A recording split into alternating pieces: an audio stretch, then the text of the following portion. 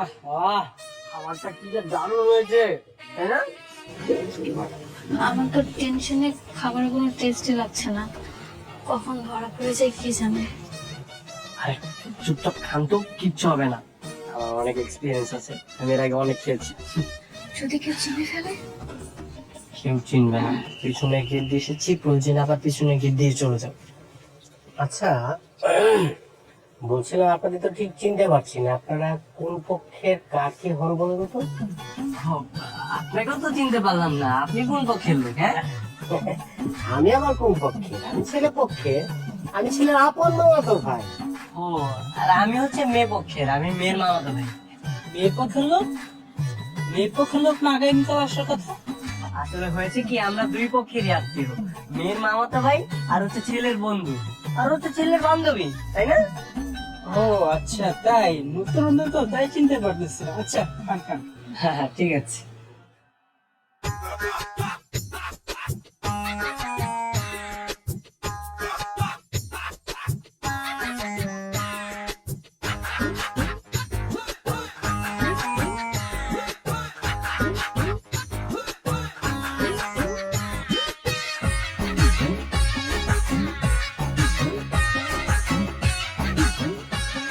বুঝলাম না, আপনি এভাবে খাবার ফেলে চলে আসলেন কেন?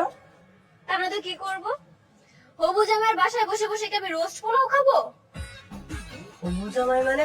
মানে এটা আপনার হবু জামাইয়ের বাসা? কি দুনিয়াতে আর কোনো বিয়ে বাড়ি পাননি? যে ছেলের সাথে আমার বিয়ে ঠিক হয়েছে আপনি সেই ছেলের বাসায় নিয়ে গিয়েছেন আমাকে দাওয়াত খাওয়ানোর জন্য। সিরিয়াসলি, এটা আপনার হোম শ্বশুরের বাসা ছিল? এই খবরদার হাসবেন না। চলুন না, আমরা এই শহর ছেড়ে দূরে কোথাও চলে যাই। আর দূরে কোথায় যাব? যেদিকে দু চোখ যায় সেখানে যাব। টেকনাফ থেকে তেঁতুলিয়া, প্রয়োজনে পুরো দেশটা ঘুরে বেড়াবো। চলুন না। আচ্ছা, আপনার কি ভয় করে না? একটা অপরিচিত ছেলে, একটা আসামির সাথে আপনি এভাবে ঘুরে বেড়াচ্ছেন? না, ভয় করে না, কারণ আমার কাছে এটা রয়েছে। সেফটির জন্য সাথে রেখে দিয়েছি। এখন দ্রুত গাড়িতে উঠে গাড়ি স্টার্ট করুন। আচ্ছা চলুন, চলুন চলুন।